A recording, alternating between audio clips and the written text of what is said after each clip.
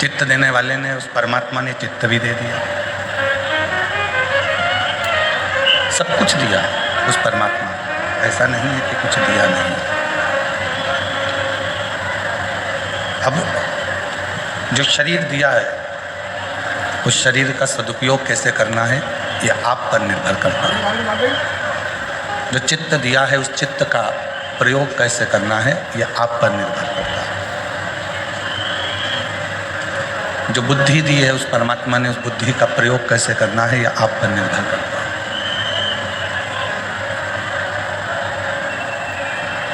आप किस तरह से, कैसे इस चित्त का, इस बुद्धि का, इस मन का, इस शरीर का प्रयोग करते हैं ये आप जानते हैं।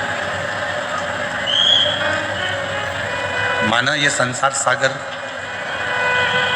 पीछे की आवाज खोलो, पीछे की। माना कि ये संसार सागर बड़ा विचित्र है। इस संसार सागर में जन्म लेना और इस संसार सागर में जन्म लेकर भगवान का भजन करना दोनों कठिन है। और उससे भी ज़्यादा कठिन है संसार सागर में आकर, परिवार में रहकर, परिवार के साथ में बैठकर भगवत नाम लेना। ये बहुत कठिन है।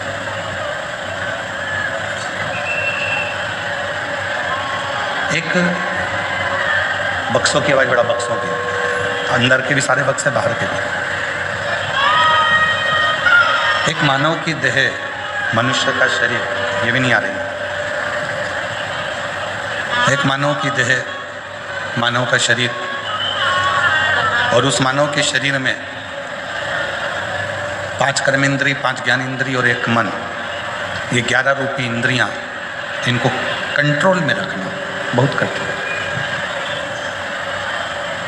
आज एकादशी का लोग व्रत करते हैं, करना भी चाहिए। परम भगवतीय जीव एकादशी का व्रत करते हैं कि हम भोजन छोड़ देते हैं, हम ये नहीं खाएंगे, हमारी एकादशी है, हम ये नहीं खाएंगे, हमारी एकादशी है। पर शिव महापुराण की कथा कहती है कि एकादशी सफल कब होती है?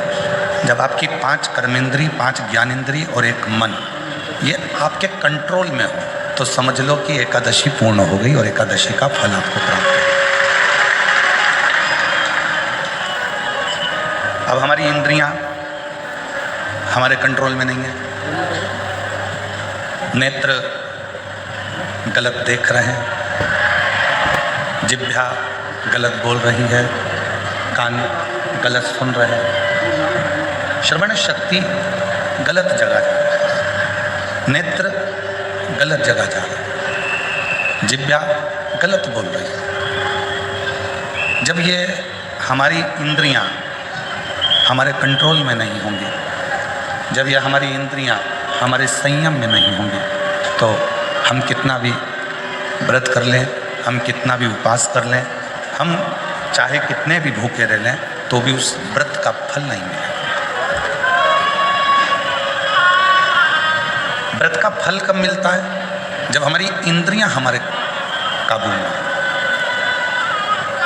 कि नेत्र दिए रे तूने दाता बन के, नेत्र दिए रे तूने दाता बन के, और कभी नहीं तरस कियो दयालु मैंने अवगुण बहुत कियो, अवगुण बहुत कियो दयालु मैंने अवगुण बहुत कियो।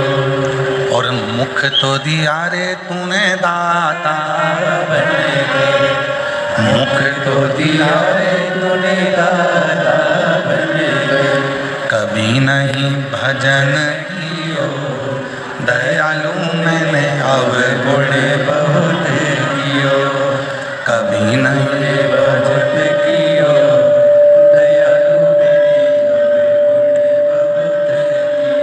अवगुण बहुत कियो, दयालु मैंने अवगुण बहुत कियो। ये संसार सागर में आने के बाद यदि मैंने अपनी इंद्रियों को संयमित नहीं किया, संसार सागर में आने के बाद हमने अगर अपनी इंद्रियों को काबू में नहीं किया तो फिर ये मानव का देह बेकार, फिर ये मानव का देह बेकार। अगर हम अपनी इंद्रियों को काबू ना कर पाए, प्रेशर खोलो, प्रेशर नहीं आ रहा, अंदर भी नहीं आ रहा, बाहर भी नहीं आ रहा, अपनी इंद्रियों को काबू करा तो समझो कि हमने एकादशी का व्रत किया। कई लोग प्रदोष का व्रत करते हैं, हम उनसे कहते हैं कि आपने अपने कितने दोषों को समाप्त कर दिया। प्रदोष का व्रत कब सफल है? जब आप अपने दोषों को समाप्त करो। मैं गुस्सा नहीं करूंगा, गलत व्यसन नहीं करूंगा, गलत बात नहीं बोलूंगा, गलत चीज नहीं खाऊंगा, अपने दोषों को समाप्त करो। और जब हम अपने दोषों को समाप्त करते हैं, जब हम अपने दोषों को बिल्कुल शून्य पर लाकर छोड़ देते हैं, तो समझो कि हमारा प्रदोष का व्रत सफल हुआ। तब समझें कि हमने प्रदोष का व्रत किया। हमारे भीतर के दोष समाप्त नहीं हो रहा है और हम सोचें कि व्रत कर लें उससे भगवान राजी हो जाएगा, नहीं हो सकता। बोल बम का नारा है सारी समस्या का हल, श्री शिवाय श्री शिवाय। अपने भीतर के दोष को जिस दिन हमने समाप्त किया, उस दिन परमात्मा हमको मिले। आज मां कर्माबाई की जयंती है। संपूर्ण देशवासियों को भगवान जगन्नाथ जी की परम भक्त, भगवान कृष्ण की परम भक्त मां कर्माबाई जयंती की बहुत बहुत बधाई हो आप सभी। संपूर्ण साहू समाज को, जो मां कर्मा के वंशज हैं, सभी संपूर्ण साहू समाज को भी हमारी ओर से बहुत बहुत बधाइयाँ कि आपका जन्म मां कर्मा के उस वंश में हुआ है जिन्होंने अपने हाथों से भगवान कृष्ण को, जगन्नाथ को अपने हाथों से भोजन कराया है। उन कर्मा मां के सभी को साथ हो।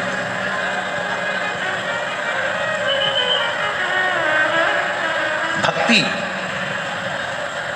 विश्वास, ये दो चीजें हैं। कितनी भी भक्ति कर लो, कितना भी भजन कर लो, कितना भी कीर्तन कर लो, कितना भी मंत्र जाप कर लो, कितना भी स्मरण कर लो, अगर तुम्हारा विश्वास तुम्हारे परमात्मा के प्रति नहीं है, तो फिर तुम्हारा कीर्तन करना, तुम्हारा भजन करना, तुम्हारी भक्ति करना बेकार। पर यदि तुमने विश्वास पूर्ण कर लिया, उसके ऊपर संपूर्ण अपना जीवन का भार सौंप दिया, फिर तुम कहीं जाओ ना जाओ, और परमात्मा तुम्हें स्वीकार कर ले। आज से 25 साल पहले का एक टीवी पर एड चलता था। 25 साल, 20 साल पहले आप लोगों ने भी बहुत टीवी पर नाटक देखे होंगे, चित्रहार देखा होगा, और बहुत सारी वीडियो आती थी, मूवियाँ आती थी, सब देखते थे अलग अलग चैनल पर। ईमानदारी से बोलना, आपने भी ये वाला सुबह सुबह श्री यंत्र बेचने वाले भी टीवी पर ऐड देते थे। बोलो सही है कि गलत है? फिर कुबेर यंत्र बेचने वालों ने भी कहा कि हम इस यंत्र को बेचें। फिर हनुमान जी का यंत्र भी बेचने वाले, हम हनुमान जी का यंत्र बेचें। पहले टीवी पर बहुत सारे यंत्र बिकते थे, अलग अलग यंत्र बताए जाते थे। वास्तु शांति का यंत्र है, कुबेर का यंत्र है, लक्ष्मी का यंत्र है, ग्रह दोष निवारण यंत्र है, सारे यंत्र बिकते थे। और उसको लेने के लिए किसी दुकान पर नहीं जाना पड़ता था, आपके यहाँ ऑनलाइन वो यंत्र घर पर आ जाते हैं। उसको लेने नहीं जाना है, आपने टीवी पर ऐड देखा, मोबाइल पर, फोन पर बात करी, हमको ये यंत्र चाहिए, और वो यंत्र तुम्हारे यहाँ आ जाता है।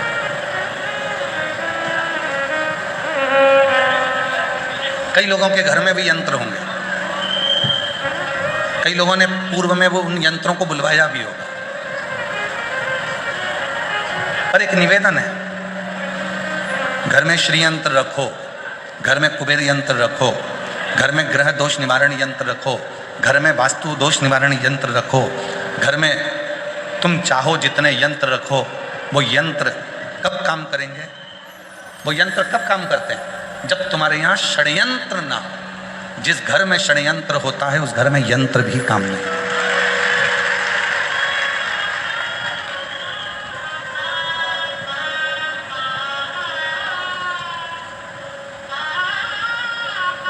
इतना षड्यंत्र घर के अंदर चलता है, कोई ये भड़काएगा, कोई वो भड़काएगा, कोई कुछ कहकर जाएगा, कोई कुछ कहकर जाएगा, कोई कुछ बोल कर जाएगा। भाई भाई में षड्यंत्र चल रहा है, बहन भाई में षड्यंत्र चल रहा है, बहू सास में षड्यंत्र चल रहा है, देवरानी जेठानी में षड्यंत्र चल रहा है, पड़ोसी अड़ोसी धड़ोसी सब में षड्यंत्र चल रहा है। अब ईमानदारी से बोलो, इतने षड्यंत्र यदि घर में इतने षड्यंत्र चलेंगे तो कोई यंत्र तुम्हारे यहाँ काम करेगा? अरे बोलो तो जम के, नहीं कर सकते। षड्यंत्र घर में चलना बंद हो जाए, बहू सास का षड्यंत्र चलना बंद हो जाए, ननंद भाभी का षड्यंत्र चलना बंद हो जाए, बेटी माँ का षड्यंत्र चलना बंद हो जाए, बाप बेटे का षड्यंत्र चलना बंद हो जाए, भाई भाई का षड्यंत्र चलना बंद हो जाए, रिश्तेदारों का एक दूसरे के प्रति षड्यंत्र चलना बंद हो जाए। जो ये षड्यंत्र चलता है तो कोई यंत्र भी काम नहीं करता। यंत्र कब काम करेगा? जब आप षड्यंत्र से दूर हो। भैया टीवी पर बात करी फोन लगा के, हमारे घर में शांति नहीं है, उसका यंत्र भेज दो। उसने ग्रह शांति का यंत्र भेजा, पर ग्रह शांति का यंत्र काम ही नहीं कर रहा, क्योंकि षड्यंत्र इतना ज्यादा हो रहा है। उधर से फोन आता है वो अपनी माँ को भड़का देते हैं, उधर से फोन आता है वो अपनी सास को भड़का देते हैं, उधर से फोन आता है वो अपनी बहू को भड़का देते हैं, उधर से फोन आता है वो अपनी बेटी को भड़का देते हैं। षड्यंत्र इतना चल रहा है कि ग्रह शांति यंत्र भी काम नहीं करता।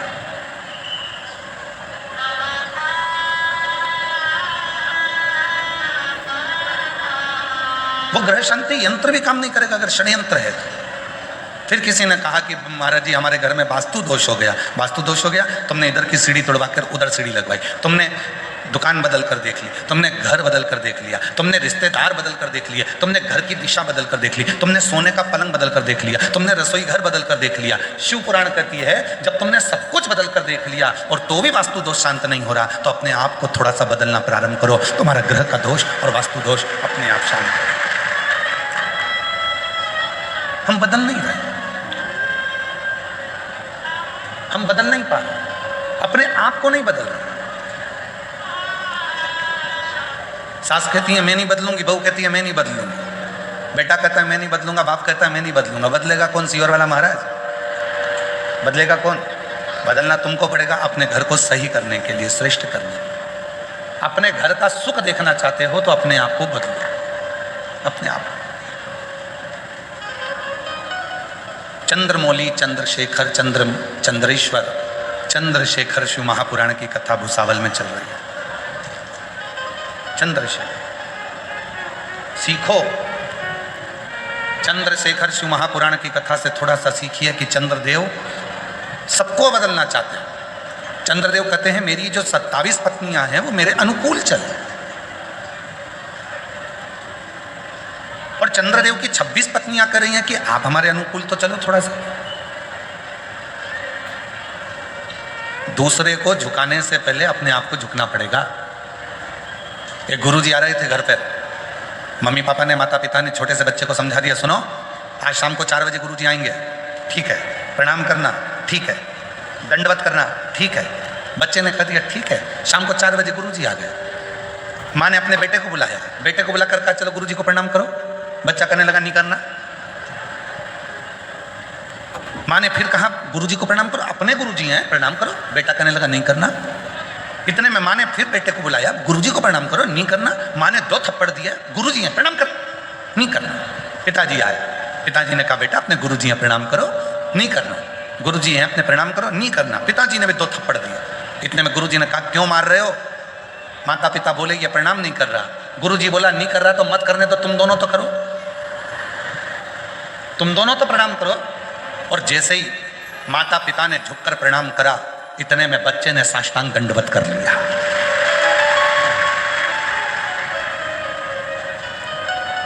हम सुधरेंगे युग सुधरेगा। हम बदलेंगे, जम के बोलो, जम के, युग बदलेगा। गायत्री परिवार वाले कहते हैं हम सुधरेंगे युग सुधरेगा, हम बदलेंगे युग बदलेगा। कब बदलेगा? जब हम बदलेंगे। कब सुधरेगा? जब हम सुधरेंगे। और हम क्या कर रहे हैं? बहू को सुधारने का प्रयास कर रहे हैं। हम क्या कर रहे हैं? सास को सुधारने का प्रयास कर रहे हैं। हम क्या कर रहे हैं? बेटे को सुधारने का प्रयास कर रहे हैं। हम क्या कर रहे हैं? बाप को सुधारने का प्रयास कर रहे हैं। हम क्या कर रहे हैं? भाई को सुधारने का प्रयास कर रहे हैं। हम क्या कर रहे हैं? बहन को सुधारने का प्रयास कर रहे हैं। सबको सुधारने का प्रयास करा। पहले अपने आप को सुधारा।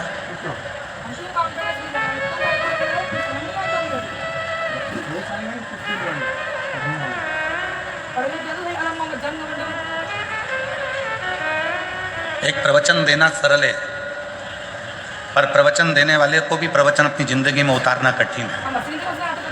कथा कहना सरल है, पर कथाकार को कथा अपने अंदर उतारना कठिन है।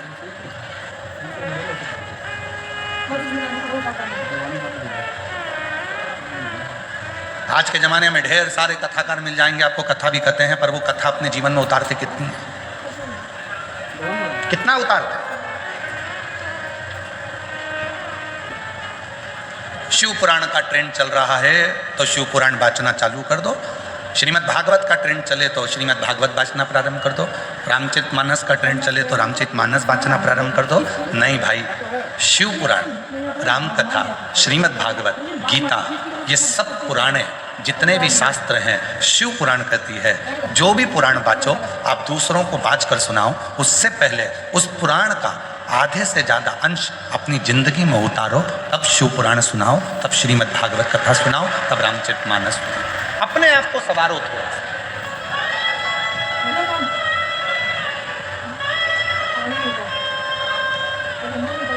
कितना सुंदर प्रसंग है। एक पंडित जी कथा सुनाने गए। कथा में वो बोल रहे थे कि भव सागर से पार उतरना है तो भगवान शिव का नाम लेना पड़ेगा। नमः शिवाय जपो, श्री शिवाय नमस्तुभ्यं बोलो, ओम नमः शिवाय जपो, पार उतर जाओ। 3 महिलाओं ने बात सुन ली और तीनों महिला सिर पे अपने माखन की मटकी, दूध की मटकी लेकर दूसरे गांव में दूध बेचने जाती थी। बीच में नदी पड़ती थी। तीनों महिला रोज नाव वाले को बुलाती थी, नाव वाले को थोड़ा सा पैसा देती और उस पार उतर कर दूध बेच कर आ जाती। तीनों महिलाओं ने नाव वाले को बुलाया। इतने में एक महिला ने कहा कि अभी गुरुजी के मुख से सुना था, भव सागर से पार उतरना है तो भगवान का नाम लो। जब भगवान का नाम लेकर भव सागर से पार उतर सकते हैं तो फिर ये छोटी सी नदी है, नाव से क्या पार करना? इसलिए नाव वाले से बोल दो नाव वापिस ले जाए। आज गुरुजी के कहने से अपन जब भव सागर से पार उतर सकते हैं नाम लेकर, तो फिर इससे भी पार उतरना है। तीनों महिलाओं ने अपने अपने मटके सिर पे ले लिए और उन्होंने हाथ जोड़कर नमः शिवाय, नमः शिवाय, नमः शिवाय, नमः शिवाय जपती जपती पानी में चली गई। पानी में चलते चलते चलते चलते नमः शिवाय बोलते बोलते बोलते बोलते नदी पार कर ली। नदी पार उतर गई। तीनों ने कहा गजब के गुरुजी हैं। उन्होंने कहा था कि भगवान का नाम लो, भवसागर पार उतर जाओगे। अपना तो 1 रुपया नहीं लगा और अपन नदी भी पार उतर गए। अब रोज वो वैसे ही जाना आना करते। एक दिन उन्होंने गुरुजी से कहा, गुरुजी कल कथा समापन होने वाली है, आप हमारे घर भोजन करने चलना। गुरुजी ने कहा ठीक है, चल चलेंगे।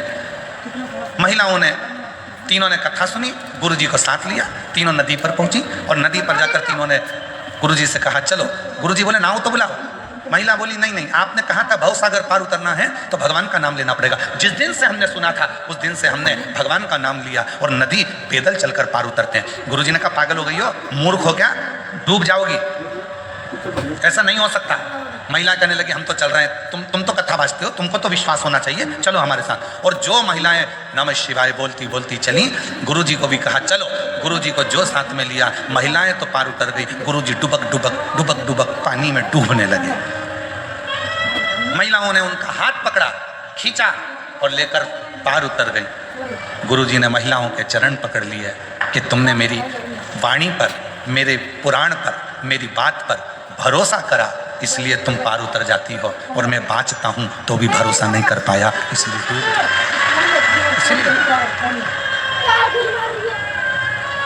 एक कथाकार का सबसे बड़ा नियम होना चाहिए, जितनी कथा वो व्यासपीठ से करते हैं उतनी कथा को अपने ऊपर भी अमल करें। जब अपने ऊपर अमल करेंगे और फिर दूसरे को कहेंगे तो वो कथा असर करेगी। वो कथा कब असर करेगी? जब वो अपने ऊपर भी धारण करें, अपने ऊपर। कई लोग कहते हैं वो सीवर वाला बाबा कथा कहता है, इतने सारे पत्र इकट्ठे होते हैं, लोग कथा सुनने आते हैं, पत्र भी लेकर आते हैं, सबकी मनोकामना पूरी हो जाती है। ऐसा क्या है शिव पुराण की कथा में? हम कहते हैं कथा बाँचने से पहले अपने ऊपर अमल करो। जितनी बातें शिव महापुराण में कही जाती है इस व्यासपीठ से, उतनी हम ऊपर भी पूरी अमल करते हैं, तब आपको व्यासपीठ पर आकर कहते हैं, तब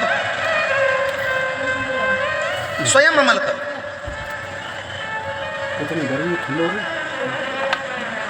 शिव पुराण कहती है बीज की बेलपत्र पर शहद लगाकर शंकर जी को लगाकर एग्जाम देने जाओ। शिव पुराण ये भी कहती है साथ में मेहनत करो, परिश्रम करो, रात दिन एक करो, अपनी मेहनत को 4 गुना करो और फिर बेलपत्री पर शहद लगाकर शिव को लगाकर जाओ, तुम्हें सफलता मिलेगी। शिव पुराण कहती है परिश्रम हल्का मत करना, परिश्रम 4 गुना बढ़ाकर करना। शिव पुराण कहती है।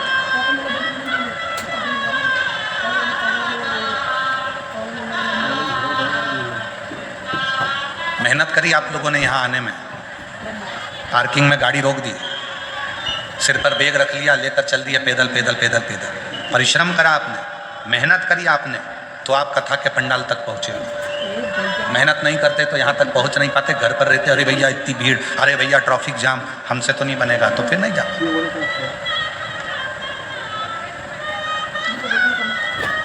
वैष्णो देवी कौन कौन गया है? सब गए। सप्तशृंगी माता के मंदिर कौन कौन गया है? सब गए। जब माता सप्तशृंगी के मंदिर पर जाते हैं, सीढ़ियाँ चढ़ते हैं, धीरे धीरे बढ़ते हैं, तो लोग चिल्ला कर पूछते हैं लोगों से, भैया कितना है? चलते जाओ। वैष्णो देवी जाने वालों से पूछते हैं, जब थक जाते हैं, क्यों भैया मंदिर कितनी दूर है? चलते जाओ। फिर पीछे से आवाज आती है, चलते जाओ, मत घबराओ, चलते जाओ, मत घबराओ, चलते जाओ, मत घबराओ। हमारे सनातन धर्म के जितने मंदिर हैं, देवालय हैं, शिवालय हैं, माँ आदिशक्ति दुर्गा भवानी के जितने स्थान हैं, चाहे वैष्णो देवी हो, चाहे मैहर हो, चाहे सलकनपुर हो, देवास की टेकरी हो, चाहे सप्तशृंगी माता हो, चाहे विंध्याचल की माता हो, जितने भी माता के मंदिर हैं, हम चढ़ते जाते हैं, ऊपर की ओर बढ़ते जाते हैं और कहते जाते हैं, भैया कितनी दूर है? चलते जाओ, मत घबराओ, चलते जाओ, मत घबराओ, चलते जाओ, मत घबराओ। क्यों? वो मंदिर हमें प्रेरणा देते हैं कि मंजिल तक पहुंचना है, बैठ मत जाना, चलते जाना, घबराना नहीं, आगे बढ़ते जाना, तुम्हें मंदिर का दर्शन हो जाएगा, तुम्हें माँ का दर्शन हो जाएगा, सप्तशृंगी माता तुम्हें दर्शन दे देगी, तुम चलो तो।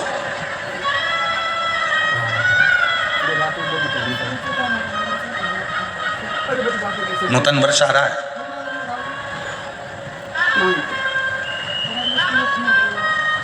चैत्र से हमारे सनातन धर्म का हिंदू पारंपरिक नूतन वर्ष प्रारंभ हो रहा है।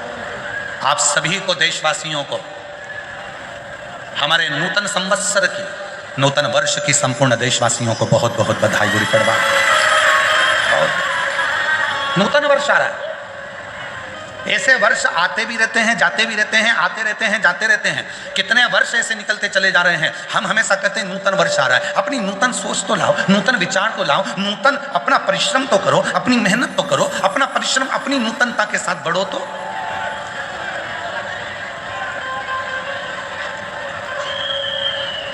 चलते जाओ, मत घबराओ, चलते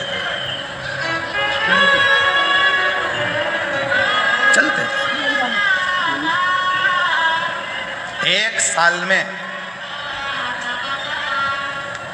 कई मेरी जीजियां बैठी हैं और कई मेरे जीजा बैठे हैं और कई मेरी बेटियां बैठी हैं, कई मेरे बेटा बैठे हैं, कई बुजुर्ग माँ बाप बैठे हैं।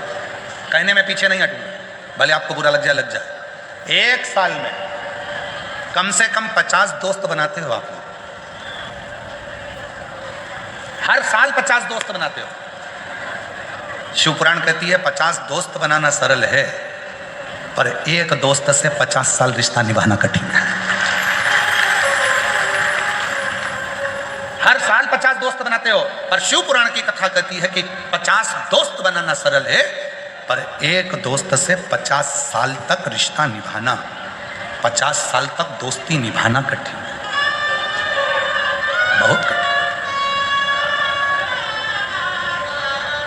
आजकल एक नया काम चालू हो गया, शादी की सालगिरह 25वीं, क्या बोलते हैं उसको, क्या बोलते हैं, सिल्वर जुबली।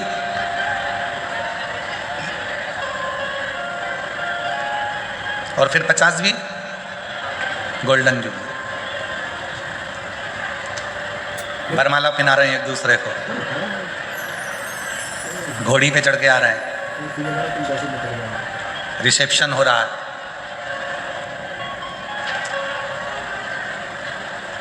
हमारे एक यजमान है सीहोर में, श्री राजन जी अग्रवाल ब्यावरा वाले, उनकी शादी की सालगिरह थी 50 में।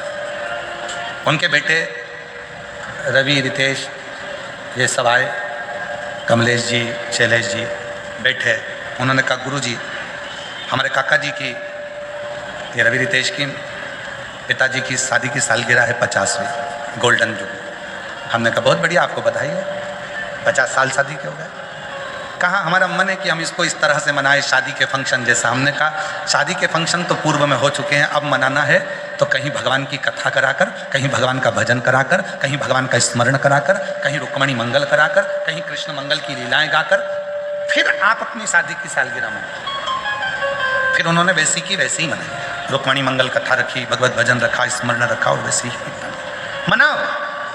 बच्चों का जन्मदिन भी मनाओ, हम मना नहीं करेंगे, हैप्पी बर्थडे टू यू, हमारी तरफ से तुम्हें बधाई हो। शादी की सालगिरह भी मनाओ, मना नहीं है।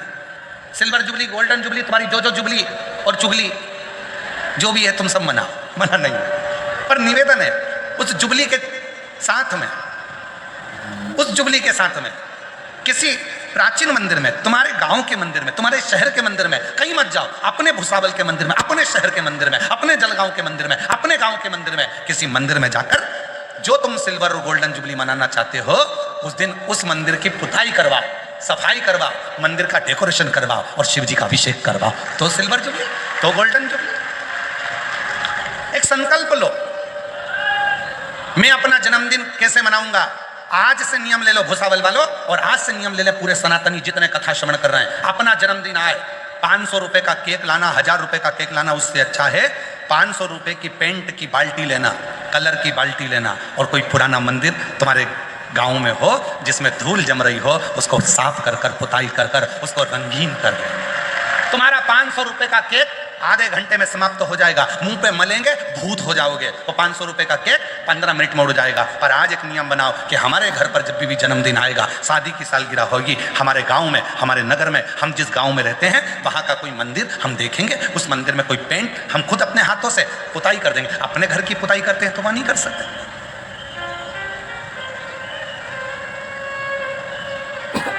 सफाई का भी एक दृष्टांत, एक कथा है बहुत अच्छी, देखो।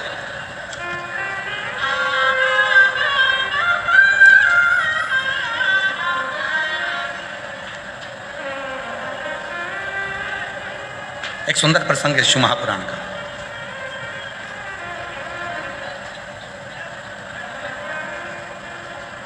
लिंग पुराण में ये वर्णन आता है, बड़े सुंदर प्रसंग को सुनिए। एक गांव में रहने वाला एक व्यक्ति था, लोग उसको प्रेम से शंभू कहते थे। बहुत भोला था, इतना भोला कोई बता दे ये काम कर लो तो वो काम कर लेगा, जो बोलो वो कर लेता। बूढ़ी माँ थी, एक बहन थी,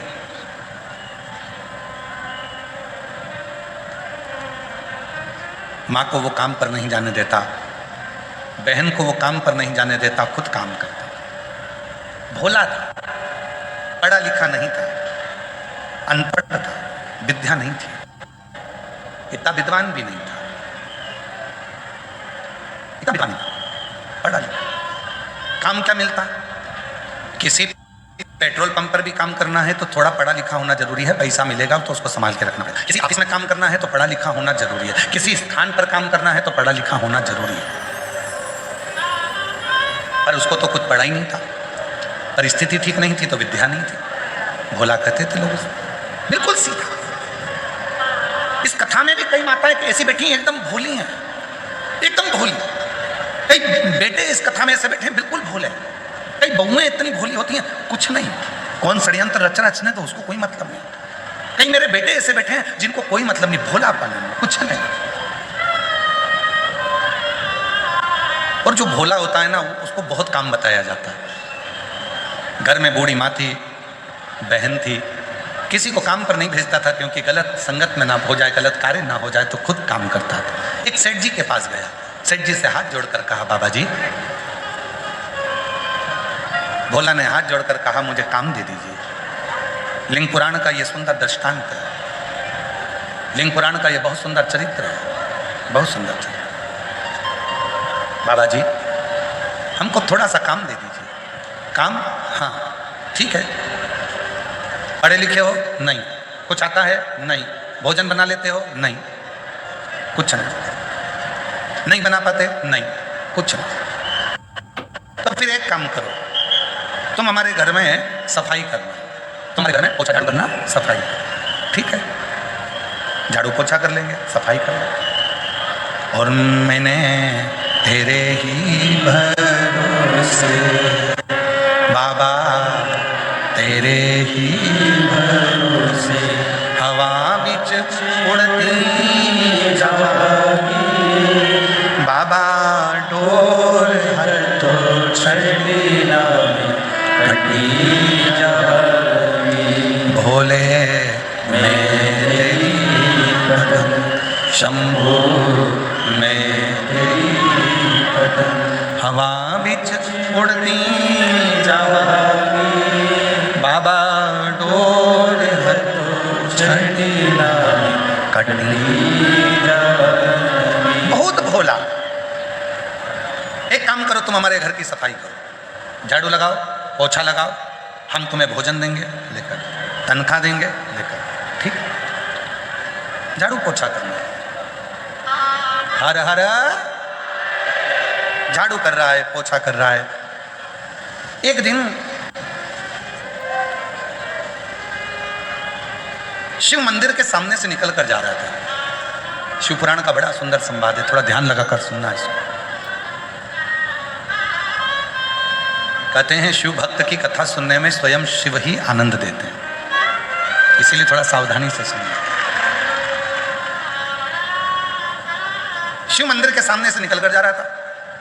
मंदिर में देखा बहुत कचरा है, बहुत सारी गंदगी हो रही है, लोग चढ़ाकर फूल चढ़े जाते हैं, पानी इधर उधर ढुल जाते हैं, सफाई नहीं करता। वो भोला मंदिर में चले गया, सेठ जी के यहाँ जाने से पहले वहाँ सफाई करी, फिर गया।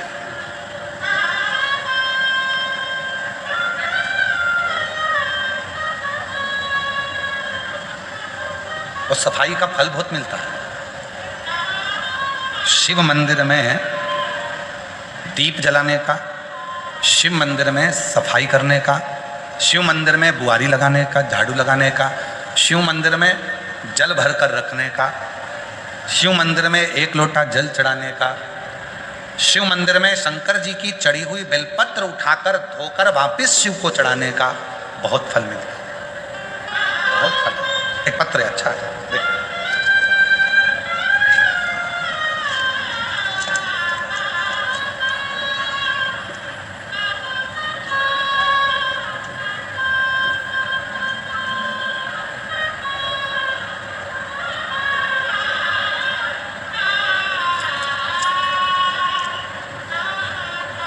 मैं संजय पंडरीनाथ किरोचे, मैं शाहपुर जिला बुरहानपुर का निवासी हूँ।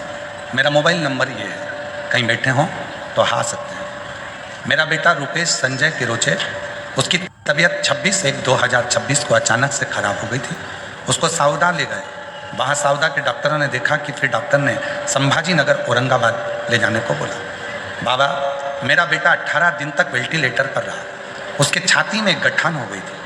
बाबा कथा में जो शिवरात्रि का उपाय बताते हो, मंदिर में सफाई करने का बोलते हो, झाड़ू लगाने का बोलते हो, मैं नहीं जानता था कि झाड़ू लगाने से, पोछा लगाने से, मंदिर में जल चढ़ाने से क्या होता है। जब मेरा बेटा वेंटिलेटर पर पड़ गया, छाती में एक गांठ हो गई, डॉक्टर के हिसाब से वेंटिलेटर से उतरना कठिन था, पर केवल आपके प्रवचन में सुना था कि मंदिर की सफाई कर दो, झाड़ू लगा दो, तो हमारी जिंदगी की बहुत सारी उलझनें साफ हो जाती हैं। मुझे नहीं मालूम, रात्रि के 12 बज रहे थे, हॉस्पिटल के साइड में एक मंदिर था, उस मंदिर में बहुत सारा कचरा था। मैंने सब कचरे को अपने गमछे में, गमछा मतलब एक कंधे पर रखने वाला अंगूछा, उसमें रख लिया। सारा कचरा उठाकर ले जाकर मैंने एक कोने में डाल दिया। जितने दिन तक बेटा वेंटिलेटर पर था उतने दिन, 3 दिन तक लगातार मैं यही करता रहा। चौथे दिन डॉक्टर ने कहा तुम्हारे बेटे के जो हार्ट में गठान थी फेफड़ों में, वो गल चुकी है और अब तुम्हारा बेटा पूरा ठीक हो चुका। डॉक्टर अपना काम कर रहे थे, तुम अपना काम कर रहे थे। एक पत्र और देखो, बड़ा सुंदर।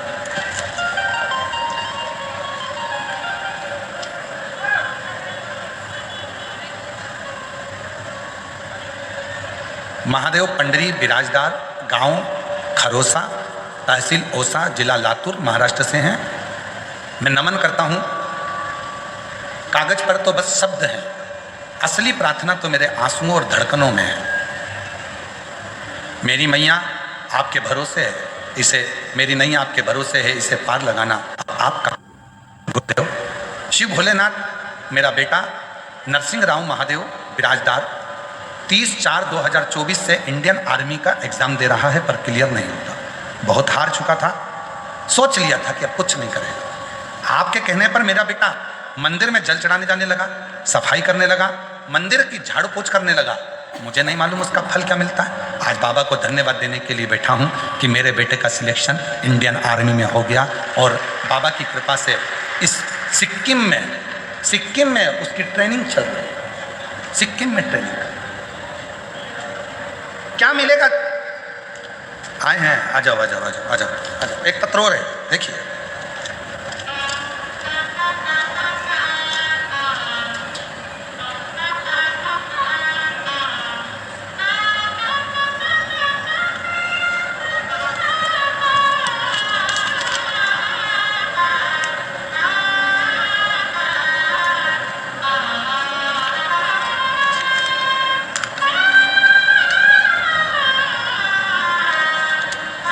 मैं राधा रमेश सानप, मेरा मोबाइल नंबर ये है। मैं जलगांव की निवासी हूँ। 2020 से मुझे 4th स्टेज का ब्रेन कैंसर हुआ। स्टेज देखिएगा कौन सा है ब्रेन कैंसर का, 4था। आप ही हैं, आ जाओ, आ जाइए, आ जाओ। 4th स्टेज का कैंसर 2020 में हुआ। डॉक्टर ने कह दिया कि अंतिम समय है, ले जाओ। ब्रेन का कैंसर बहुत कठिन, ठीक हो नहीं सकते। नासिक के अस्पताल में ले गए, वहाँ डॉक्टरों को दिखाया, इलाज करवाया, पर डॉक्टर ने कह दिया मुश्किल है, उम्मीद बहुत कम है, उम्मीद बहुत कम है, ये ले जाओ। तब मेरी देवरानी ने बताया कि सियोर वाला बाबा कथा सुनाता है, कथा सुनने में बड़ी बड़ी बीमारी भी ठीक हो जाती है। सियोर वाला बाबा कथा कहता है और कथा सुनने में बड़ी बड़ी बीमारी ठीक हो जाती है। गुरुदेव, मैंने कथा सुनी, हर रोज मंदिर में जाके 1 लोटा जल चढ़ाती रही। दवाएं अपना काम करती हैं और आप कहते हो दुआ अपना काम करती है। बाबा, डॉक्टर ने तो 15 दिन दिए थे। आज मैं 2020 से अभी तक कैंसर को हराकर शिव की भक्ति करती हूँ, कैंसर को हराकर शिव की भक्ति करती हूँ। ऐसा चमत्कार, अटूट विश्वास किसी ने मेरे गांव के लोगों ने नहीं देखा, जो मुझे देखकर कहते हैं कि गजब, शिव के जल का इतना महत्व है, शिव की पूजन का इतना महत्व। एक पत्र और है। मेरा नाम वैशाली नारायण गवली, मैं जामनेर तालुका में पंठासखेड़ा गांव से हूँ। मेरी माँ को कैंसर की बीमारी थी। डॉक्टर ने बताया कि 2री स्टेज का कैंसर है। हमने ऑपरेशन भी करा लिया, फिर भी आराम नहीं लगा। समय आया, डॉक्टर ने कह दिया कि जीभ निकालना पड़ेगा, जीभ काटना पड़ेगा, कैंसर बढ़ चुका है। तब किसी ने कहा कि वो सियोर वाला बाबा कथा कहता है और उसके यहाँ का रुद्राक्ष पानी में गलाया जाए, वो पानी पिलाया जाए तो बच सकती है। हम लोग तुरंत सीहोर गए, वहाँ से रुद्राक्ष लिया, तांबे के लोटे में गलाते, शिव जी को जल चढ़ाते और अपनी माँ को देते। माँ उसको थोड़ी देर मुंह में रखती। बाबा की ऐसी कृपा हो गई गुरुदेव, डॉक्टर ने कह दिया अब जीवान काटने की जरूरत नहीं है, भोजन भी करने लगी और आज बाबा की कृपा से मेरी माँ पूर्ण तरह से स्वस्थ हो गई। मैं बाबा को यहाँ कहीं बैठी हूँ तो आ सकती हूँ, प्रणाम करने के लिए मैं बाबा के यहाँ प्रणाम। विश्वास।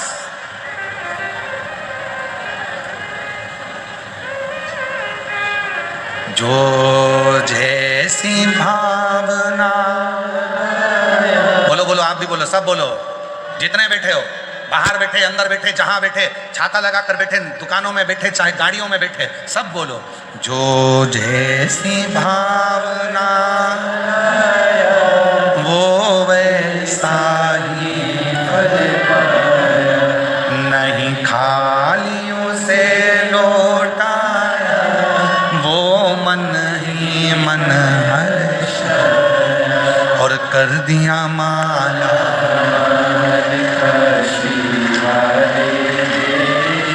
लुटा दिया।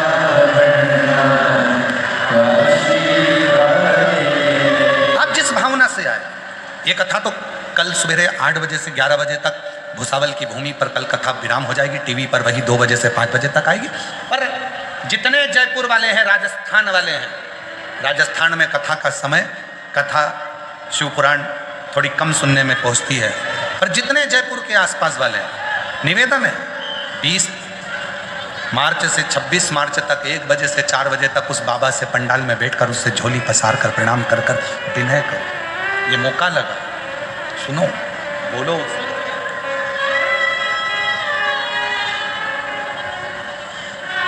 किससे? ऐसे दयालु नाथ से रिश्ता बनाए,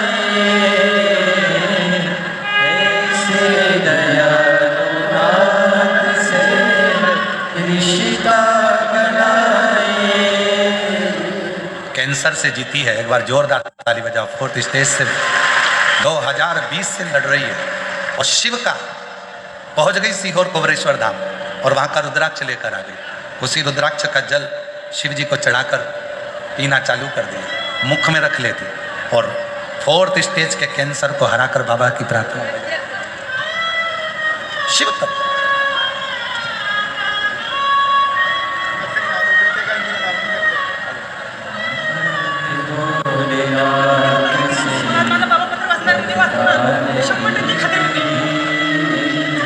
बेटे का इंडियन आर्मी में हुआ है, एक बार जोरदार ताली बजाकर। एक बेटे को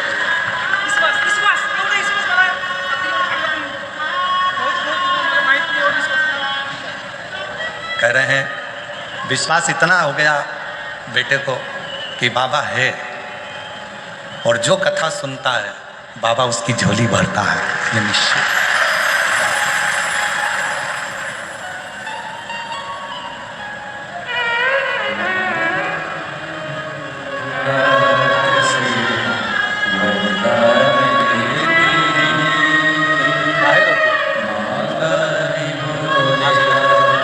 आंसू बचो, रोते नहीं, अच्छा कुछ कुछ जाओ, आंसू बचो, अच्छा आंसू बचो पहले, फिर बेलपत्र, दोनों आंसू बचो। अब तो ठीक हो गए, किसको हुआ था? अब ठीक है ना बेटा, फिर काहे रोना? अब तो बाबा अच्छा कर दिया है, बाबा पर भरोसा है, कैंसर को हराई है, और लगातार शिव के मंदिर जाकर नासिक में कह दिया था कि अब इसको घर ले जाओ, ठीक नहीं हो सकता, पर शिव की कृपा से आज बाबा को प्रणाम करने आई है। जोरदार ताली बजाओ।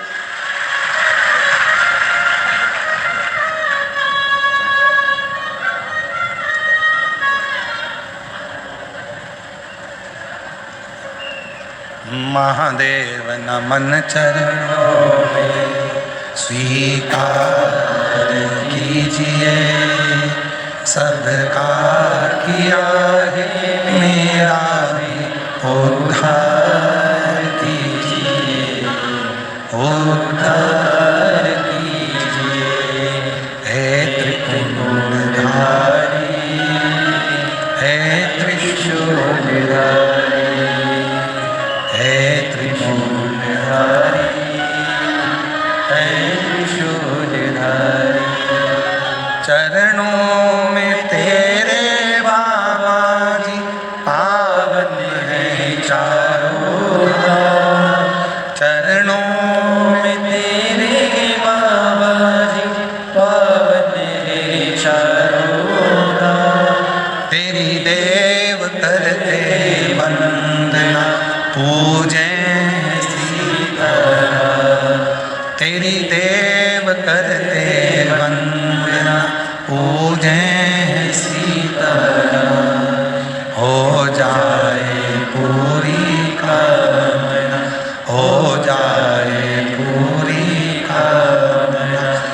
उपकार कीजिए, सबका किया है मेरा भी उद्धार कीजिए, उद्धार कीजिए। हे त्रिपुंडधारी, हे त्रिशूलधारी। शिव से प्रार्थना करें, भोला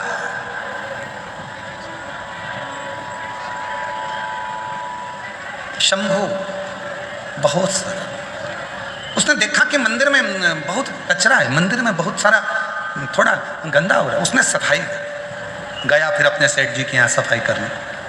रोज मंदिर जाता, मंदिर में सफाई करता, फिर सेठ जी के यहाँ मंदिर में जाता, फिर सेठ जी के यहाँ।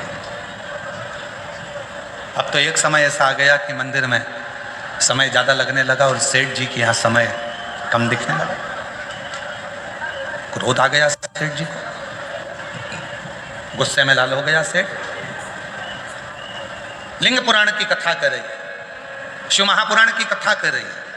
सेठ जी ने हाथ पकड़ा उसको, घर से बाहर निकाल दिया। भूखा मरता है, मेरे घर से तेरा घर चलता है, तनख्वाह देता हूं तेरे को, रोटी देता हूं तेरे को, जब भूखा मरेगा तो मालूम पड़ेगा कहां समय पास करता है। शंभू के मुख से निकल गया, भोला के मुख से निकल गया, सेठ जी जब आपके दरवाजे पर आता हूं उसके पहले मंदिर पड़ता है शिव जी का, थोड़ा कचरा दिखता है तो सुबह सुबह मैं वहां पर झाड़ू पोछा कर आ जाता। झाड़ू पोछा तो मैं आपके यहाँ भी करता हूं तो वहां भी कर देता।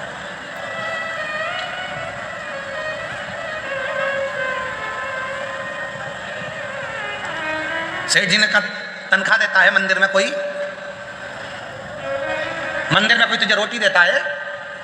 नहीं सेठ जी, तनख्वाह तो आपके यहाँ से मिलती है, वहाँ तो बस फ्री में पोछा लगाकर झाड़ू लगाकर आ जाता हूँ। जब वहाँ कोई मंदिर में तनख्वाह नहीं देता, तुझे कुछ नहीं देता, तो झाड़ू पोछा क्यों करता है? कल से मंदिर गया तो यहाँ मत आओ, काम पूरा कर। उसने हाथ जोड़कर कहा सेठ जी ठीक है। दूसरा दिन फिर हुआ, उसका मन नहीं माना, मंदिर में थोड़ा और जल्दी उठकर चले गए। अब सेठ जी का भी काम करता है, वहाँ का भी काम करता है। एक दिन सेठ जी ने देख लिया मंदिर जाना नहीं छोड़ा, चले जाता है, मक्कारी करता है मेरे यहाँ की, और सेठ जी ने धक्के मारकर निकाल दिया। शंभू भोला आज घर पर गया, भूखी थी माँ बहन, आज कुछ लाए नहीं? शंभू नहीं। भोला कुछ लाया नहीं? नहीं। क्यों? सेठ जी ने काम से निकाल दिया। क्यों? मंदिर जाता था, झाड़ू पोछा कर देता था, फिर सेठ जी के यहाँ चले जाता था, सेठ जी को अच्छा नहीं। अब क्या करेगा? भोला के मुख से निकल गया, सेठ जी के यहाँ करता था तो सेठ जी तनख्वाह देते थे, शंकर जी के यहाँ करता हूँ तो शंकर जी तनख्वाह देंगे। तनख्वाह शिव, तनख्वाह और कोई नहीं देगा, मेरा शिव देगा। तुम्हें लगता है कि हम किसी दुकान पर काम करते हैं तो वो हमको तनख्वाह देता होगा, पर जो भगवान शंकर के मंदिर में एक लोटा जल चढ़ाना प्रारंभ कर देता है, जो श्री शिवाय नमस्तुभ्यम बोलना प्रारंभ कर देता है, जिसके दरवाजे पर श्री शिवाय नमस्तुभ्यम लिखा होता है, उसकी तनख्वाह स्वयं महादेव देना प्रारंभ कर देते हैं। शिव देते लग गया उसे। जब से तेरा गुलाम हो गया, तब से मेरा भी नाम हो गया। जब से तेरा गुलाम हो गया, तब से मेरा भी नाम हो गया। वरना औकात क्या थी सबसे बढ़िया है, सबसे बड़ी भोले बाबा तेरी नौकरी, सबसे बढ़िया है, सबसे बड़ी तेरे दरवाजे की चाकरी, सबसे बढ़िया है, सबसे बड़ी। उसकी नौकरी करो, एक लोटा जल चढ़ा रहे, नौकरी है उसकी। शिव मंदिर में जा रहे, नौकरी है उसकी। झाड़ू लगा रहे, नौकरी है उसकी। वो हाथ में आकर पैसा नहीं देगा पर तेरी विपदा को कर देगा। वो हाथ में आकर तनख्वाह नहीं देगा पर तेरी आने वाली विपदा को, तेरे आने वाले दुख को समाप्त कर देगा। वो भले तेरे अकाउंट में पैसा नहीं देगा, याद रखना, दूसरे के यहां नौकरी कर रहे हो तो तुम्हारे बैंक का बैलेंस बढ़ रहा है, पर शिव के दरवाजे की नौकरी कर रहे हो तो तुम्हारी आनंद का बैलेंस बढ़ रहा है। आनंद का वो हाथ में नहीं देगा पर दुख की घड़ी में वो आकर खड़ा हो जाए, दुख तकलीफ की घड़ी में वो आकर खड़ा हो जाए।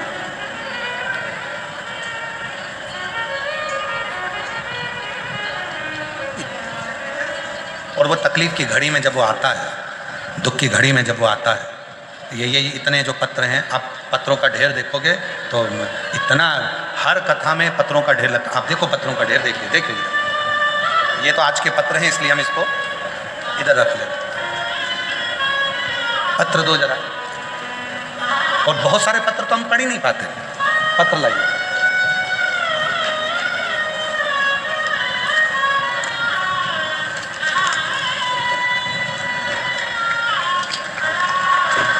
पन्नी में से निकाल, चलो इसी रख दो, निकाल लो उसको, अच्छा नहीं लगता, अच्छा नहीं लगता।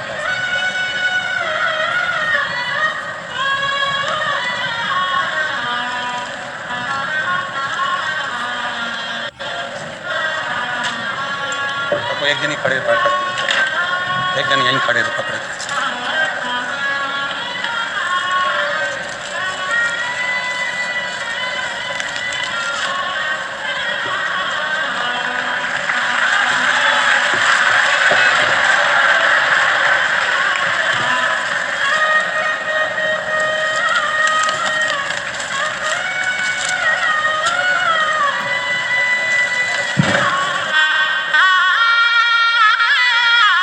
ये पत्र नहीं है, ये मेरे कुबेरेश्वर बाबा ने जिन जिन की झोली में दिया है, ये उसका प्रमाण है, ये उसका प्रमाण है, ये पत्र नहीं है। सीवर वाला महाराज ना तो कभी भभूति देता है, ना कभी बेल देता है, ना नारियल देता है, बस केवल एक ही बात करता है कि एक लोटा जल, पढ़ने के इधर तो केवल एक लोटा जल। और कभी पंडाल में कथा सुनने का मौका मिल जाए तो कथा सुनो, और बाबा क्या देगा ये उसके ऊपर निर्भर करता है।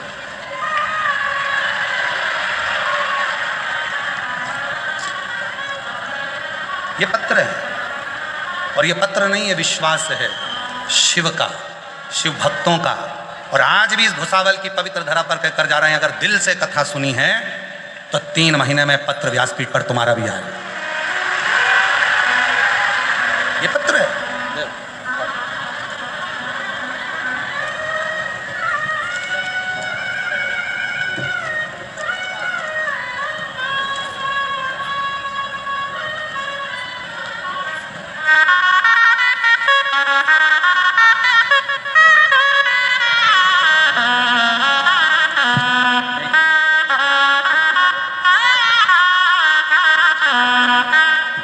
दिल से मांगोगे वो दिल से देगा, जो दिल से मांगोगे वो दिल से देगा।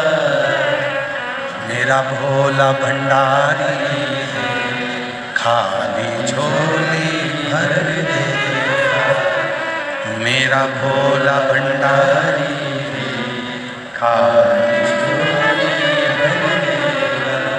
जो मांगोगे वो दे।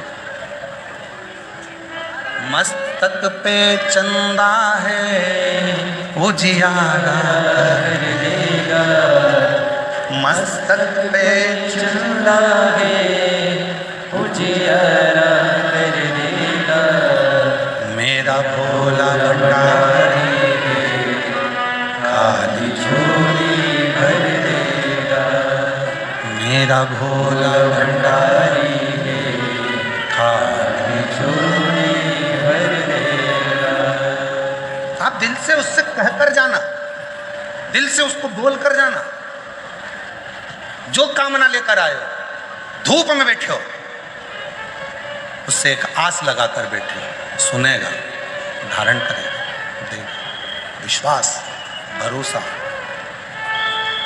इतना भरोसा करना मेरे देवाधिदेव महादेव पर, इतना विश्वास करना, ये जानकर विश्वास करना कि मेरी एक एक श्वास पर उसका अधिकार, एक एक श्वास उसका अधिकार, किसी दूसरे का नहीं, एक एक श्वास पर मेरे शिव का अधिकार। पूर्ण भरोसा। और अब दया करो है भोलेनाथ, मस्त रहूं तेरी मस्ती में। अब दया करो है भोलेनाथ, मस्त रहूं तेरी मस्ती में। अब दया करो है भोलेनाथ, मस्त रहूं तेरी मस्ती में। अब दया करो है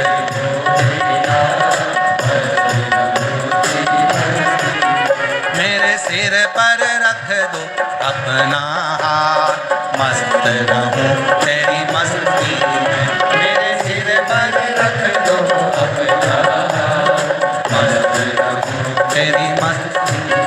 अब दया करो है भोलेनाथ, मस्त रहूं तेरी मस्ती में। अब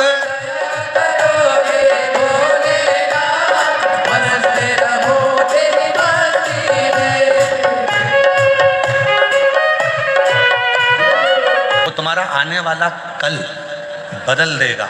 वो एक लोटा जल तुम रोज मंदिर जाओ, रोज बाबा को चढ़ाओ, दिल से प्रार्थना करो, विनय करो, निवेदन करो। जब बाबा से आप दिल से प्रार्थना करोगे, निवेदन करोगे, तो बाबा सुनेगा जो, सुनता जो।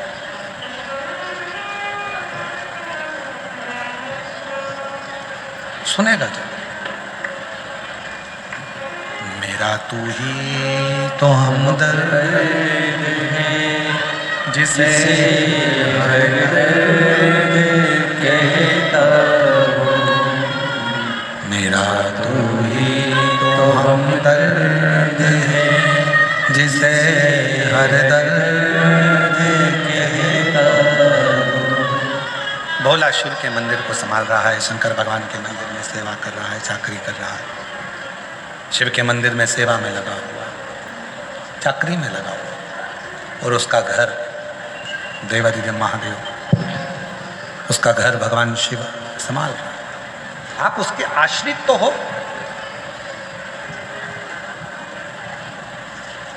कहना सरल है, हम तो बाबा के भरोसे चलते हैं, पर विश्वास पक्का कर कर देखो, हम बाबा के भरोसे चलते हैं। दृढ़ी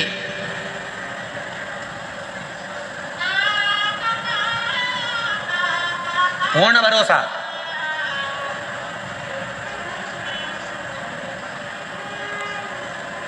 सीहोर वाले महाराज को सुनने के लिए नहीं आए हो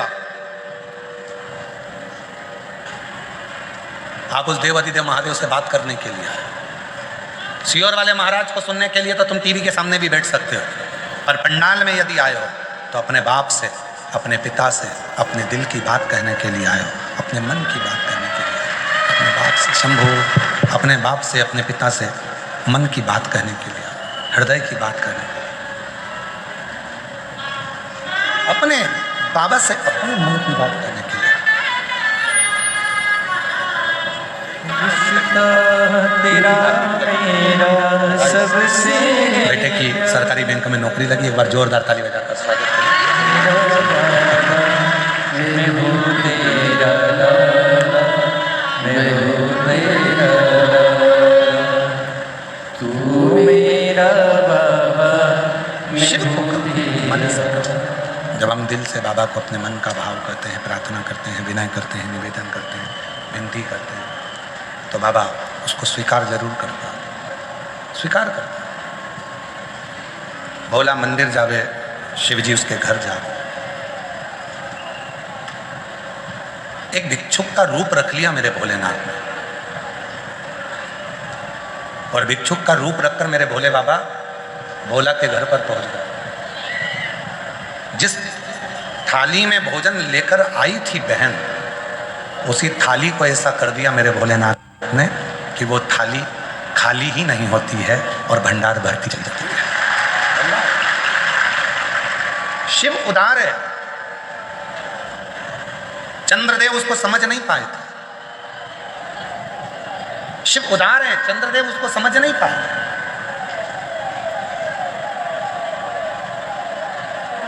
और केवल चंद्रदेव ने भगवान शिव का अपमान नहीं करा, शिव जी का अपमान करा चंद्रदेव ने, तो शिव ने स्वीकार कर लिया, कोई बात नहीं, अपमान हुआ है, कोई बात नहीं, कोई बात नहीं।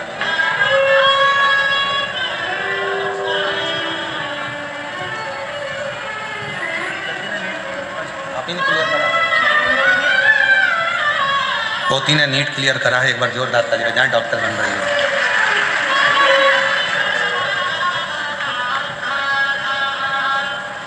चंद्रदेव शिवजी का अपमान करे भरी सभा में, तो भगवान शंकर ने फिर भी स्वीकार किया, कोई बात नहीं है, अपमान किया है, कोई दिक्कत नहीं है, हो गया।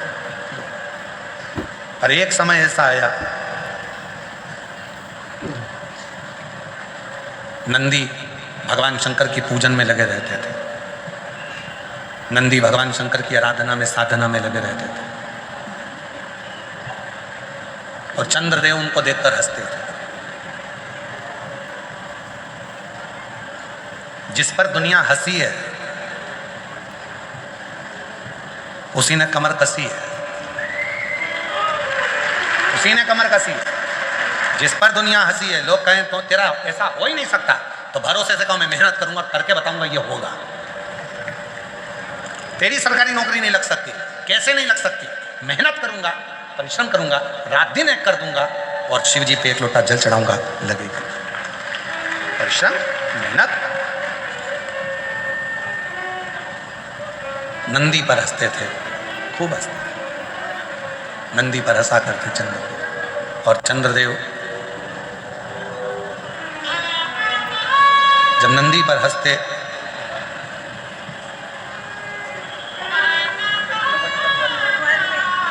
बेटी पटवारी बनी है, एक बार जोरदार ताली बजाकर स्वागत करिए। एक बेटी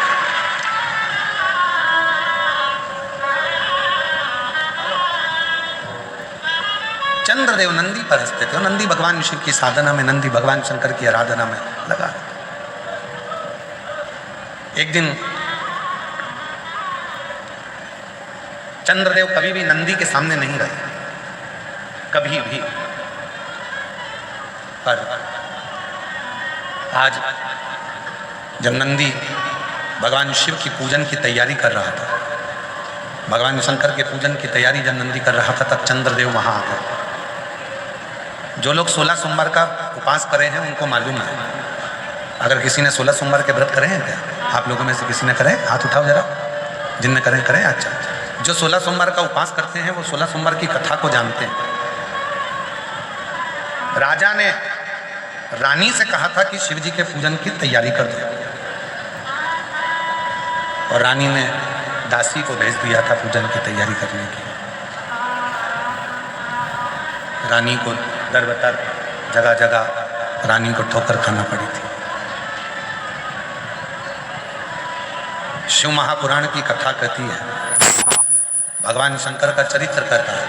इसीलिए पशुपति व्रत करने वाले जितने भी होते हैं, जो पशुपतिनाथ का व्रत करते हैं, उनसे हम हमेशा एक बात कहते हैं, व्रत आप कर रहे हो तो प्रसाद आप बने, भले थोड़ा सा आटा सेक लो, घी डालकर उसमें पानी डालकर शक्कर डालकर सीरा बना लो, रवा का सीरा बना लो, खीर बना लो, कुछ नहीं तो मीठा पुआ बना लो, कुछ नहीं तो मीठा भजिया बना लो, कुछ नहीं तो मीठा गुलगुला बना लो, कुछ नहीं तो मीठा पुआ बना लो, कुछ नहीं पूरण पोली बना लो। पर अपने हाथ से जो पशुपति व्रत करने वाली माताएं होती हैं, बेटियां होती हैं, बेटे होते हैं, शिव पुराण कहती है जब आप पशुपतिनाथ का व्रत करें तो अपने हाथों से भगवान का भोजन तैयार करें, अपने हाथ।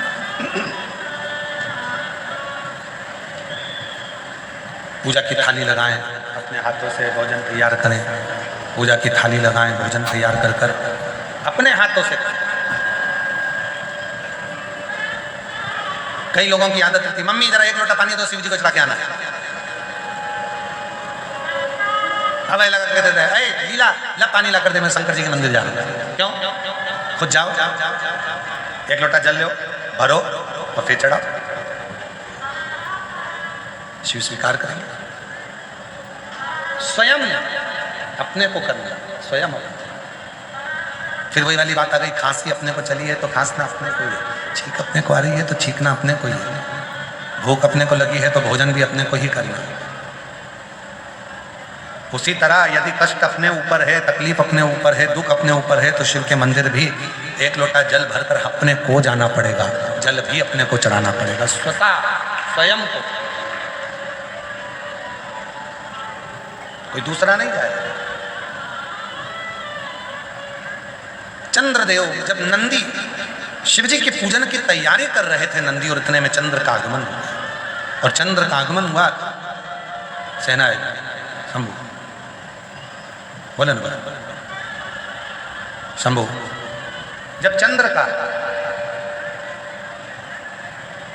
आगमन हुआ, और चंद्रदेव का जब आगमन होता है, चंद्रदेव जब आए, नंदी पूजन की थाली लगा रहा था, पूजन की तैयारी कर रहा था, चंद्रदेव का आगमन हुआ, नंदी को लगा कि ये भगवान भोलेनाथ जी का दर्शन करने के लिए आए, शिव जी का दर्शन करने के लिए। नंदी ने हाथ जोड़ लिया, हर हर। नंदी ने जैसे ही हाथ जोड़े, प्रणाम किया, चंद्रदेव को और अभिमान आ गया। चंद्रदेव को लगा कि मैं बड़ा सुंदर हूं, औषधि का देने वाला हूं, अमृत तत्व को जानने वाला हूं, इसलिए मुझे प्रणाम कर रहा है। पर नंदी ने प्रणाम क्यों किया? शिव महापुराण की कथा कहती है, शिव मंदिर के 3 स्थान ऐसे हैं जहां पर बैठकर केवल बैठ जाओ तो भी फल मिलता है। शिव मंदिर के, शिव धाम के, शंकर के मंदिर के 3 स्थान ऐसे हैं जहां बैठ जाओ, कुछ मत मांगो, कुछ मत बोलो, तो भी फल मिल जाता है। कौन से 3 स्थान बताए? तो वर्णन किया तुमरुका जी ने चंचुला देवी को। पहला, मंदिर में जहां नंदी बैठता है, उस नंदी के जो पांव उठा हुआ रहता है नंदी का, उस पांव के पास वाली जो जगह होती है, सीधा जो हाथ होता है, वहां बैठ जाओ, भले कुछ मत मांगो, थोड़ी देर बाबा का दर्शन कर लो, श्री शिवाय नमस्तुभ्यम कह लो, ओम नमः शिवाय कह लो, कुछ भी नहीं मांगोगे तो भी भोलेनाथ तुम्हें खाली नहीं भेजेगा। 3 स्थान बताए, 3 स्थान बताए। पहला स्थान है नंदी के पास, जो चरण उठाए, चरण उठा मतलब नंदी उस चरण के माध्यम से आपके कष्ट को मिटाने के लिए शिव को बिठाकर तुम्हारे दरवाजे तक लाए। पहला। दूसरा, जलाधारी, समझिएगा जरा, थोड़ा ध्यान दीजिएगा कथा। जैसे ये शिवलिंग है, ये जलाधारी है गोल, ये पानी जहां से बहकर जाता है, जहां से भी बहकर जा रहा है, आपको उससे मतलब नहीं, बस जलाधारी जो पानी बहकर जा रहा है, इस जलाधारी के ठीक विपरीत दिशा में, उत्तर में पानी बह रहा है तो दक्षिण में आप बैठते हैं। ये जलाधारी जिस साइड बह रही है उसी ओर मुख कर कर आपको इधर बैठना है, इधर मुख कर कर शिवलिंग की ओर मुख कर। ये दूसरा स्थान बैठा। ये जो स्थान है, ये माता लक्ष्मी का स्थान है। ये जो स्थान है, कुबेर का स्थान है। ये जो स्थान है, सारी सिद्धियों का स्थान है। अष्ट सिद्धि नवनिधि इसी स्थान पर बैठकर भगवान शंकर से वर प्राप्त करते हैं। ये वो स्थान है जहां बैठकर आप कोई मंत्र भी नहीं पढ़ोगे, कुछ बोलोगे भी नहीं, बैठने पर ही आपको फल की प्राप्ति होना प्रारंभ हो जाती है। ये दूसरा स्थान स्वयं तुमरुका जी ने चंचुला देवी को कहा, ये द्वितीय स्थान। और शिव मंदिर का तीसरा स्थान, भगवान शंकर के मंदिर का तृतीय स्थान कहा गया। तीसरा स्थान, जब हम मंदिर से बाहर निकले और उस मंदिर से, या ओटला हो या कोई मंदिर है कोई, इसलिए हमने देखा है कुबेरेश्वर धाम पर लोग आते हैं तो कुबेरेश्वर धाम का जो गेट होता है ना, अब तो कुबेरेश्वर धाम का 1 2 3 4 5 6 गेट हैं अब कुबेरेश्वर धाम पर। तो 6 गेट में से जो एक गेट, पहले नंबर, दूसरा नंबर, तीसरा नंबर, 4 नंबर, 5 नंबर, जिस भी गेट में से लोग अंदर आते हैं, उस गेट में से अंदर आते हैं तो सबसे पहले गेट पर दंडवत करते हैं। गेट पर दंडवत करें, वहां सोकर प्रणाम करें, 4-5 दंडवत करते हुए चले जाएंगे। कई लोगों की ऐसी आदत होती है चौराहे पे से दंडवत करते हैं। कई लोगों की ऐसी आदत होती है कि वो सीहोर के रेलवे स्टेशन पर उतरेंगे और 11 किलोमीटर तक दंडवत करते हुए जाएंगे। सबका अपना बात। और अब आप लोगों को सुनकर खुशी होगी कि कुबेरेश्वर धाम के प्रांगण में, कुबेरेश्वर धाम के प्रांगण में 4 नंबर और 5 नंबर गेट से आप कुबेरेश्वर धाम के मंदिर के अंदर ही अपनी गाड़ी खड़ी कर सकते हैं निःशुल्क। पार्किंग का कोई पैसा आपको देना नहीं। मंदिर के अंदर ही गाड़ी जाती है। बस आपको 4 नंबर 5 नंबर गेट पे पहुंचना है और वहां से मंदिर को अंदर गाड़ी को प्रवेश करो। बड़ी बड़ी बसें भी लगाने के लिए हमने वहां पर सुविधा कर दी है कि बसें अंदर खड़ी हो जाएं, सब अपना भोजन बनाएं, वहीं पर खाएं, जिसको भोजन बनाना है भोजन बनाए, नहीं तो भोजन तो बाबा का भंडारा चलता है सबके लिए। कोई बस का शुल्क नहीं लगना, तुम्हारी गाड़ियों का शुल्क नहीं लगना। मंदिर प्रांगण में 4-5 नंबर गेट से अंदर करेंगे, गाड़ियाँ निःशुल्क पार्किंग आपको वहाँ प्राप्त होगी, किसी को रुपया देने की जरूरत नहीं, 1 रुपया भी। आराम से आप लोग वहाँ गाड़ी खड़ी करें, रुद्राक्ष लें, खाओ पियो, बाबा के घर आयो, अपने पिता के घर आयो, भजन कोई नहीं।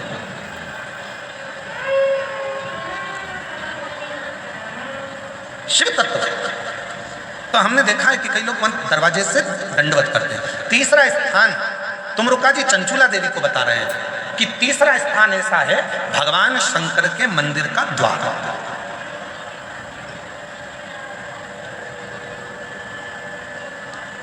शिव मंदिर का द्वार। और जो भगवान शंकर के मंदिर के द्वार के बाहर, द्वार से जैसे दरवाजा, दरवाजे से थोड़ा सा बाहर निकलकर यदि आप शिव मंदिर की ओर मुख कर आप 2 क्षण के लिए भी बैठते हैं, कोई मंत्र नहीं बोलते, कोई साधना नहीं करते, कोई व्रत नहीं करते, तो भी शिव आपको उसका फल देता जरूर है।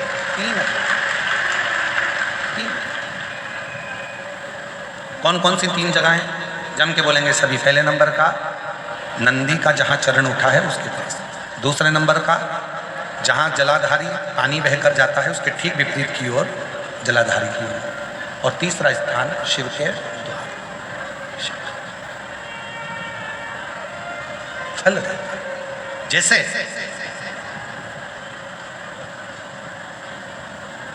एक नारी के गर्भ में अगर कोई गांठ पड़ जाती है, चेस्ट में गांठ आ जाती है, कोई पुरुष कोई नारी को अगर शरीर में कहीं पर भी गठान हो जाती है, कहीं पर भी गांठ पड़ गई, डॉक्टर को दिखाने जा रहे हो और मन में भ्रम उत्पन्न हो रहा है कोई बीमारी ना लग गई हो, शरीर में कहीं पर भी गांठ हो जाए, कहीं पर आप प्रयास करो। शिव मंदिर के जब पूर्णिमा का दिन हो, प्रदोष का दिन हो, सोमवार की अष्टमी का दिन हो, सोमवार का दिन हो, चंद्रमा की रोशनी जब शिखर पर पड़ रही है और उस शिखर की छाया जहां पड़ रही है उसी जगह पर बैठकर एक बेलपत्र शिव पर चढ़ी हुई चबा चबा कर रात्रि के समय उसको खाना प्रारंभ कर दो। 3 या 4 प्रदोष, 3 या 4 सोमवार, 3 या 4 पूर्णिमा आप करोगे, शरीर की गांठ धीरे धीरे गलना प्रारंभ हो जाएगी और शरीर में गांठ नहीं होगी, वो रोशनी।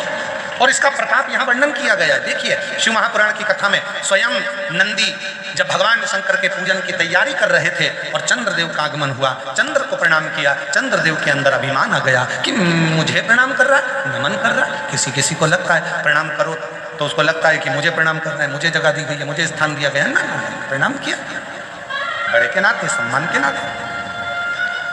चंद्रदेव ने पूजा की थाली को देखा और देखकर पूजा की थाली को चंद्रदेव ध्यान नहीं दिए और चंद्रदेव नंदी को कुछ अपशब्द कहने लगे। अपशब्द कहते हैं तो नंदी का दिल रोता है भीतर से। शिव भक्त का हृदय यदि रोता है तो उसका दंड व्यक्ति को भोगना ही पड़ता है। अब चंद्रदेव नंदी को अपशब्द कहकर चले गए, पूजा की थाली को लांग कर चले गए। अब चंद्र की स्थिति जो गई, चंद्रदेव अपने ससुराल में गए और दक्ष प्रजापति ने चंद्र को काया का रोग दे दिया। काया कर शरीर में एक ऐसा रोग लग गया काया का कि वो छूटता नहीं, छूटता। कई बार बच्चे जन्म लेते हैं, बुद्धि का विकास नहीं हो पाता, शरीर का विकास नहीं हो पाता, हाथ पैर से कमजोर रहते हैं, पलंग पर सोए रहते हैं, बॉडी काम नहीं करती है, बच्चे चल नहीं पाते हैं, दौड़ नहीं पाते हैं, बैठ नहीं पाते हैं, भोजन नहीं कर पाते हैं, सुन नहीं पाते, बुद्धि का प्रयोग नहीं कर पाते। उनके लिए ये चंद्रशेखर शिव महापुराण की कथा कर रही है। डॉक्टर का इलाज करवाओ, डॉक्टर शिव का रूप है, वो जैसा बताए वैसा भी करो, पर साथ में एक चावल का दाना,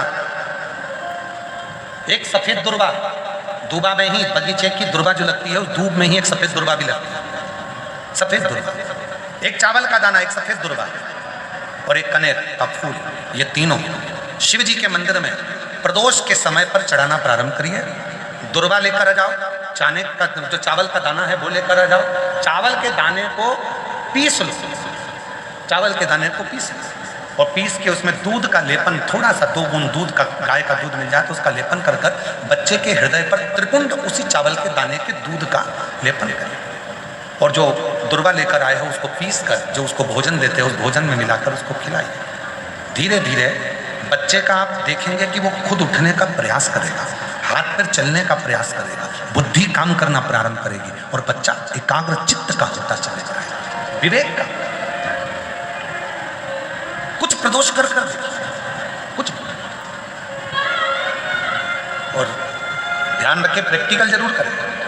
प्रैक्टिकल का जमाना है, बिना प्रैक्टिकल के काम नहीं चलता। प्रयास आपको करना है, अपने कपड़े की बटन अपने को लगाना है, अपना भोजन अपने को करना है, अपनी खांसी अपने को खांसना है, अपनी छींक अपने को छींकना है, अपना सिर दुखे तो गोली भी अपने को खाना है, तो व्यवस्था भी आपको करना है, करना आपको।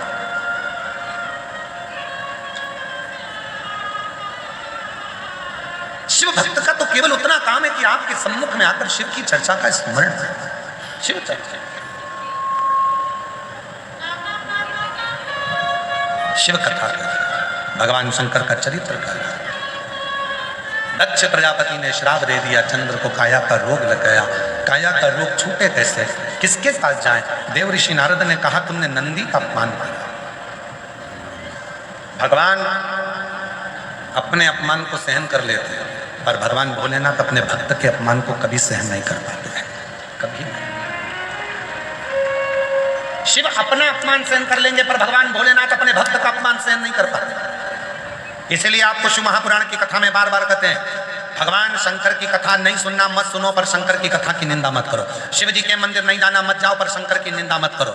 शिव महापुराण में नहीं जाना मत जाओ, पर कोई शंकर का भक्त है, शिव का भजन करने वाला है, शंकर का स्मरण करने वाला है, कोई शिव गुरु है, कोई शंकर को ही गुरु मानकर शिव को ही गुरु के तत्व में जानते हैं, तो उस शिव गुरु की कभी निंदा मत करो, कभी निंदा मत करो। क्यों? क्योंकि शिव अपना अपमान सहन कर लेते हैं पर अपने शिव गुरु का अपमान शिव कभी सहन नहीं कर पाते हैं, उसकी निंदा।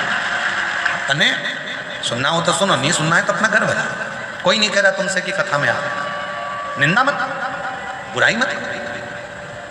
कोई मंदिर जा रहा है तो उसकी निंदा मत। कई लोगों की आदत रहती है, कोई माताएं जल लेकर मंदिर जाती हैं तो उस पर ताना कस देते हैं। क्यों कसना? एक दिन जिंदगी का ऐसा आएगा कि तुम पर ताना कसा जाएगा। किसी को अपशब्द मत करो। एक उंगली जब हम किसी पर उठाते हैं तो ये 3 उंगली अपनी ओर जाती है कि तू अपने अंदर झांक कर देख कि तू कैसा। क्यों अपमान कर, क्यों अपशब्द कर? महाराज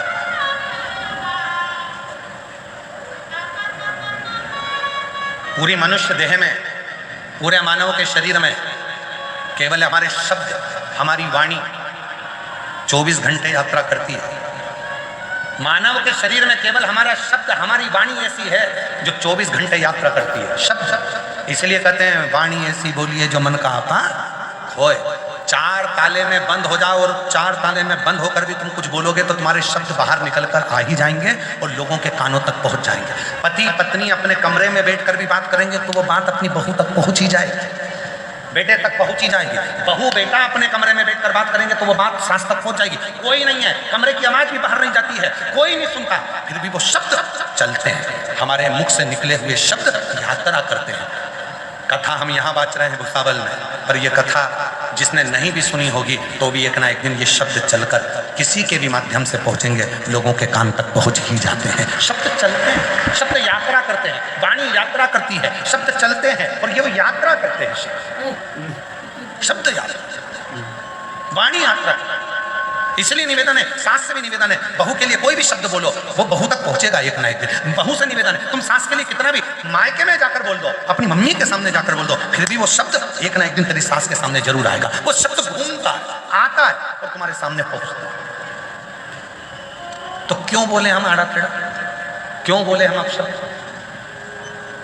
अरे मत बुरे कर्म कर बंदे वरना पछताएगा, भगवान की आंखों से तू बच नहीं पाएगा, तू बच नहीं पाएगा।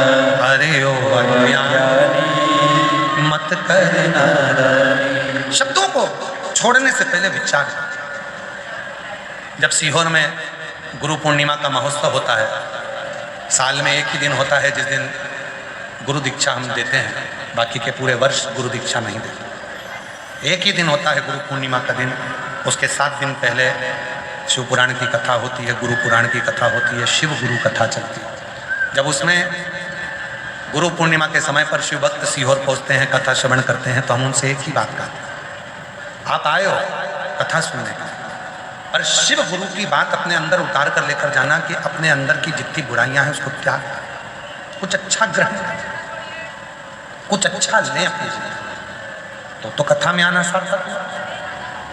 चंद्रदेव को काया का रोग लगा, चंद्रदेव नारद जी के पास गए, नारद जी ने नंदी के पास भेजा, वापिस चंद्रदेव को घूमकर नंदी के पास आना पड़ा, नंदी से प्रार्थना करना पड़ी, मेरा रोग कैसे मिटेगा। नंदी ने कहा, सुन चंद्र, तूने शिव का अपमान भरी सभा में करा था, शिव ने सह लिया, पर शिव भक्त का अपमान कभी शिव सहते नहीं है, इसलिए तुझे ये रोग हुआ है, शिव की साधना कर।